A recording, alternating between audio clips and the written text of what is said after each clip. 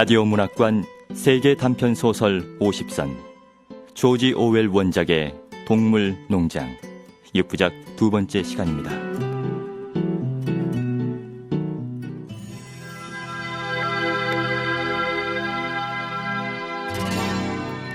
지난 이야기, 늙은 스테지 메이저는 인간은 동물의 적이며 동물들은 단결하여 봉기하라는 연설을 하고 세상을 떠났다.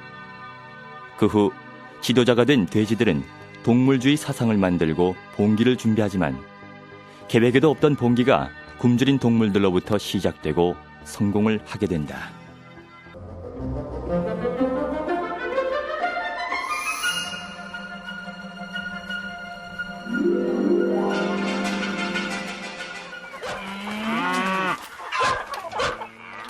동무들, 지난 석 달 동안 나와 나폴레옹 동무, 스킬러 동무를 비롯한 돼지 동물들은 존슨의 아이들이 벌인 철작 요번으로 읽고 쓰는 법을 익혔어. 자, 이제 농장 정문에 농장의 새 이름을 써넣으려 하오. 새 이름이 뭐죠? 동물 농장이요. 메이너 농장은 오늘부터 동물 농장이 되는 거요. 또 우린 동물주의 원칙을 7계명으로 요약하였어. 7계명은 30야드 떨어진 곳에서도 읽을 수 있을 만큼 큰 흰 글자로 타르치를 한 검은 벽 위에 쓰여졌다. 스노볼이 동물들에게 큰 소리로 읽어주었다. 7계명 1. 두 발로 걷는 자는 누구든 적이다. 2. 네 발로 걷거나 날개를 가진 자는 누구든 친구다. 3. 어떤 동물도 옷을 입어서는 안 된다. 4. 어떤 동물도 침대에서 자서는 안 된다.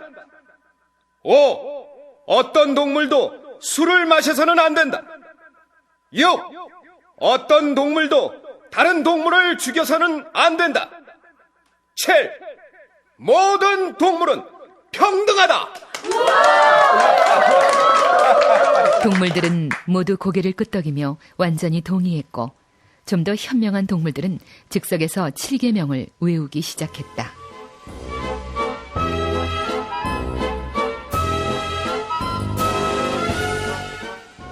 자자, 동무들, 건초밭으로 갑시다. 우리의 명예를 걸고서 인간들보다 더 빨리 걷어들입시다. 아니, 암소동무, 무슨 일이요? 도와줘요.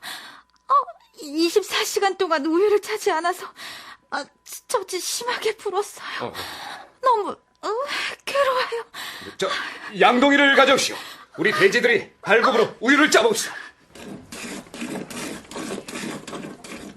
곧 거품이 있는 크림 같은 우유가 5 양동이나 생겼고, 동물들은 흥미진진한 표정으로 그 우유를 바라봤다. 이 우유를 다 어떻게 할 거야? 아유, 저 존수 씨는 우리 먹이에다 가끔 우유를 섞어주기도 했어요. 우유에 신경 쓰지 마시오. 동무들, 건초 수확이 더 중요해요. 스노볼 동무가 인도할 겁니다. 자자, 동무들 앞으로! 나폴레옹이 우유 양동이 앞으로 나서면서 소리를 질렀다. 동물들은 건초를 걷어들이기 위해 풀밭으로 행진해 갔고, 저녁에 돌아와 보니 우유는 어디론가 사라지고 없었다.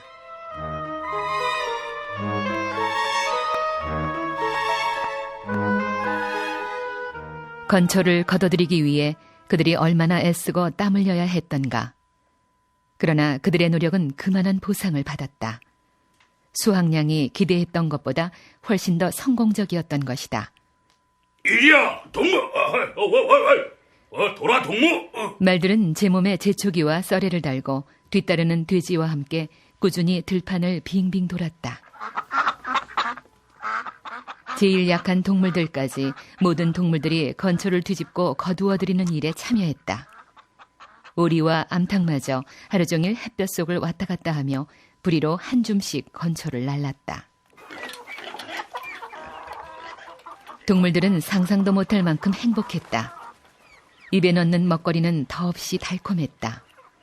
그것은 스스로 생산한 그들 자신의 먹이였기 때문이다.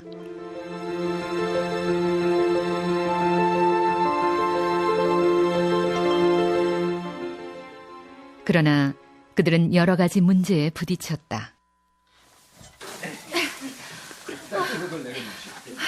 탈곡기가 없는데 옥수수 탈곡은 어떻게 하지?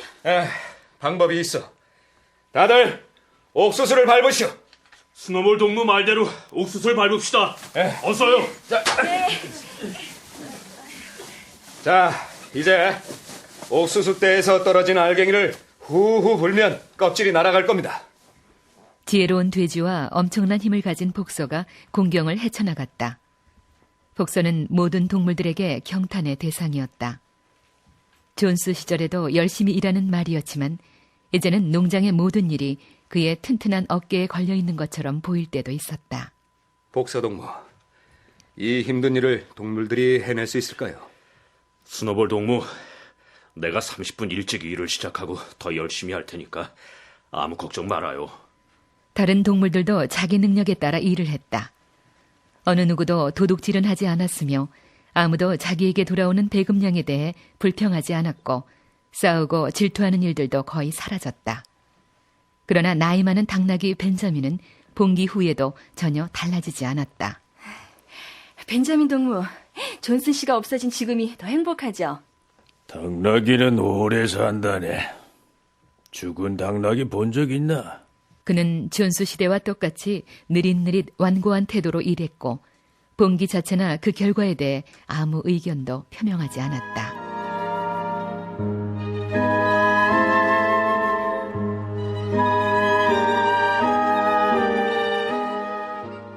일요일엔 모두 쉬었다. 다른 날보다 1시간 늦게 아침을 먹고 식사 후엔 매주 빠짐없이 의식이 거행됐다. 의식의 첫 순서는 깃발 개양이었다. 이 깃발의 녹색은 영국의 풀밭을 의미하고 흰색 발굽과 뿔은 앞으로 세워질 동물공화국을 의미합니다. 늘 기억하십시오. 자, 이제 헛간으로 자리를 옮겨 총회를 열겠습니다. 회의에서는 다음 주 작업이 계획되고 결의안 제출과 토의가 진행됐다. 황금빛 미래한 기쁜 소식 열심히 귀 기울여 듣고 널리 전하라. 회의는 언제나 영국의 동물들 제창으로 끝냈고 오후는 휴식 시간이었다.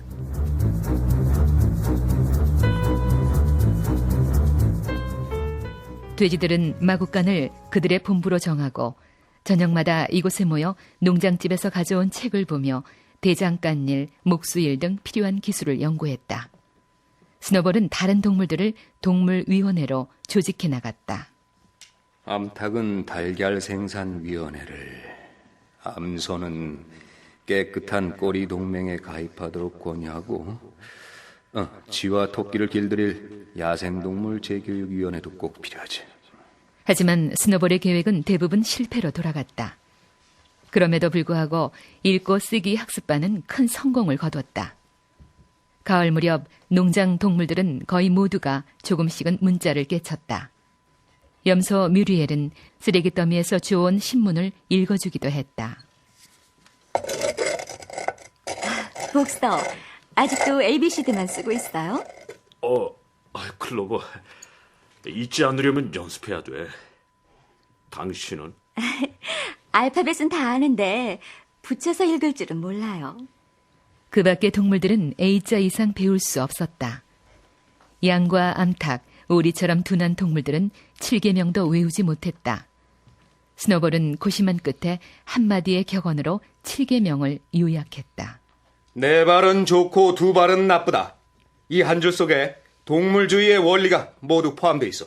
아이 그럼 날짐승 거 두 발인데 두 발이 모두 나쁘다는 건 말이 안 돼요. 새의 날개도 발이요. 날개는 추진기관이지 모든 악덕을 자행하는 인간의 손과 같은 그런 조직기관이 아니란 말이에요. 그건 다리로 간주되어야 하오. 헛간 한쪽 벽에 적힌 7계명 위쪽에 네 발은 좋고 두 발은 나쁘다라는 문장이 추가되었다. 양들은 이 말을 무척 좋아해서 가끔 풀밭에 누워 몇 시간씩 지칠 줄 모르고 외쳐댔다. 내 말은 좋고 두 말은 나쁘다. 내 말은 좋고 두 말은 나쁘다.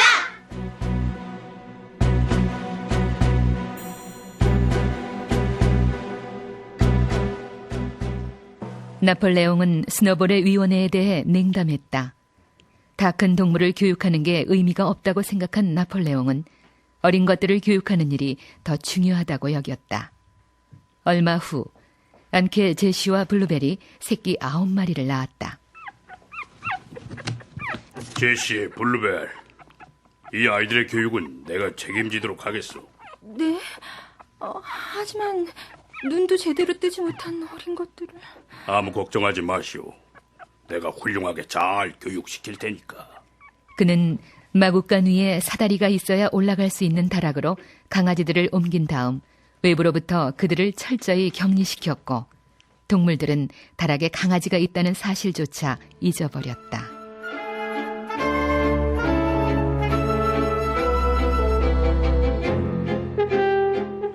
우유가 어디로 사라지는지는 곧 밝혀졌다. 그건 매일 돼지들의 먹이에 섞여 들어갔다. 과수원에서는 사과가 익기 시작했고 바람에 떨어진 사과가 여기저기 뒹굴고 있었다. 동무들, 떨어진 사과를 우리 돼지들이 먹도록 마구간으로 주워 오시오. 그럼 우리는 뭘 먹으란 말이오? 평등하게 나눠주시오. 동무들, 돼지들이 이기심과 특권의식으로 이러는 게 아니에요. 돼지의 건강 유지를 위해서는 사과와 우유가 꼭 필요합니다. 이건 과학적으로 밝혀진 거죠. 두뇌 노동자인 돼지들이 건강을 잃고 의무를 수행하지 못하면은 그래, 존스가 돌아올 거예요. 틀림없어요, 동물들! 동물들은 그 누구도 존스가 돌아오는 걸 원치 않았다. 존스를 막기 위해서 돼지들이 건강해야 했고 우유와 사과는 모두 돼지들의 몫이어야 한다는데 합의가 이루어졌다.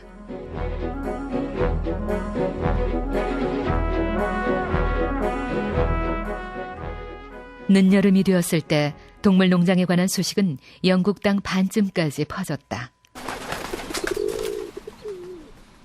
곡식을 베어다 쌓고 타작을 시작할 무렵 한때의 비둘기가 흥분한 듯 푸드득거리며 날아와 농장 마당에 내려앉았다. 큰일 났습니다! 총을 든 존스가 농장을 뺏으러 와요. 동무들, 이건 우리가 예상하고 있던 일입니다. 자, 이번 공격에 대한 방어 작전을 시작하겠소. 사람들이 농장 건물로 접근해오자 스노볼이 최초의 공격을 개시하였다. 오물 공격! 비둘기는 인간들 머리 위로 날아가서 똥을 갈겨라!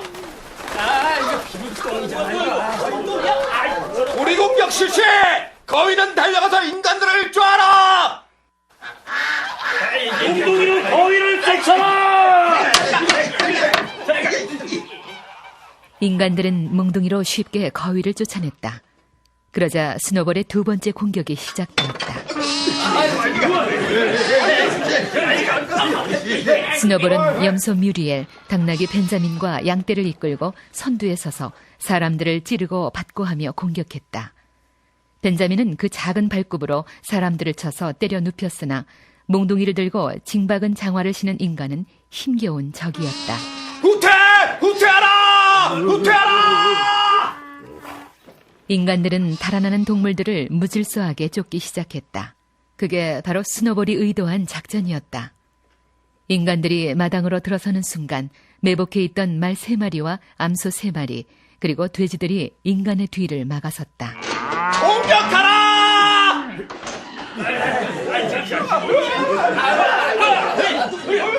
스노볼이 존스에게 달려들자 놀란 존스가 총을 발사했다.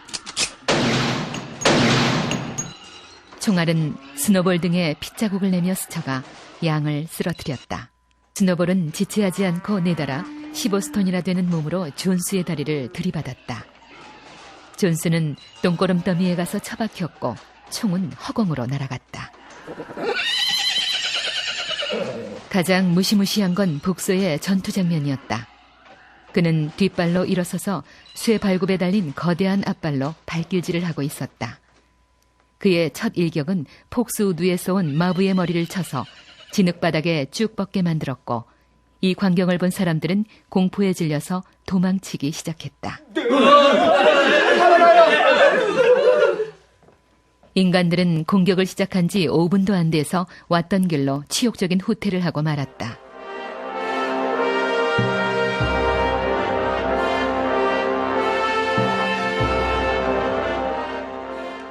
마당에서는 복서가 진흙바닥에 엎어진 마부의 몸을 발굽으로 뒤집어 보려고 애쓰고 있었다. 죽었어.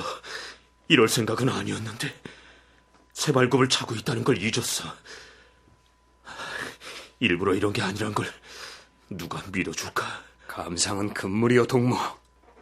전쟁은 전쟁이요. 유일하게 좋은 인간은 죽은 인간이요. 몰린 어딨지? 몰리? 저 동무들, 어서 몰리를 찾아봅시다. 동물들은 잠시 긴장했다. 그러나 몰리는 마구간 여물통 건초더미에 머리를 파묻고 숨어 있었다. 몰리, 여기 있었던 거야? 다들 얼마나 걱정했는데. 인간이 총을 쏘잖아. 너무 무서워서 도망칠 수밖에 없었어. 몰리를 찾아낸 동물들이 마당에 돌아와 보니 죽은 줄 알았던 마부가 없었다. 기절했다가 정신이 들자 달아난 거였다. 내가 그 사람을 불러 받는 거 봤어? 동물들은 저마다 소리를 높여 제 무공을 떠들어댔다. 즉석에서 승전 축하 행사가 벌어졌다. 길을 개양하고 영국의 동물들을 부른 후 목숨을 잃은 양을 위해 엄숙한 장례식을 거행했다. 농장을 지키다 목숨을 잃은 양을 애도합니다. 모든 동물들은 필요하다면 언제든 동물 농장을 위해 생명을 바칠 각오를 해야 합니다. 공을 세운 동물에게 훈장을 줍시다. 좋았어. 스노볼과 복서에게 동물 영웅 1등 훈장을 수여합시다. 목숨을 잃은 양에게는 동물 영웅 2등 훈장을 수여합시다. 자, 여러분, 오늘의 이 전투에 대한 명칭은 뭐라고 하면 좋겠어? 외양간의 매복 작전으로 승리할 수 있었으니 외양간 전투라고 하는 게 좋겠어. 존스의 총은 진흙바닥에서 발견됐고 그가 살던 농장집에 총알이 잔뜩 남아있다는 사실도 알려졌다. 그 총은 깃발 개양대 아래 대포처럼 두었다가 1년에 2번씩 발사하기로 했다. 외양간 전투기념일인 10월 12일에 한 번, 봉기 기념일인 성 요한 제일에 또 한 번.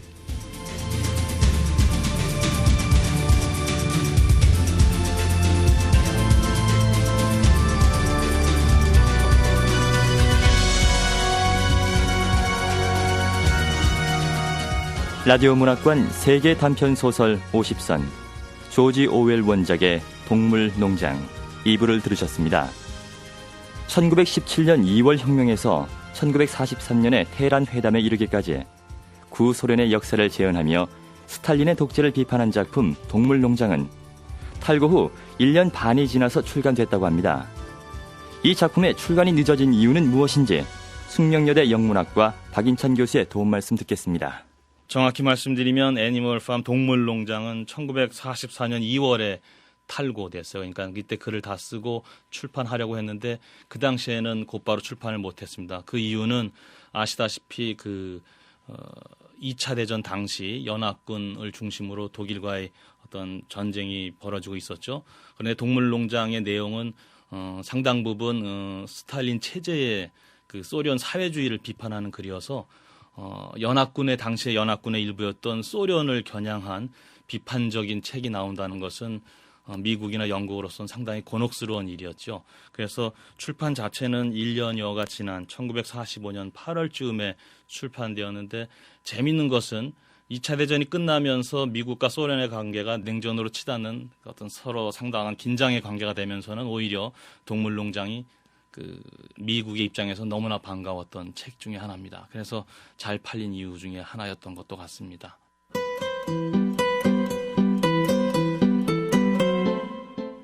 권윤의 연출, 정진아 극본, 조지 오웰 원작의 동물 농장 2부를 마칩니다.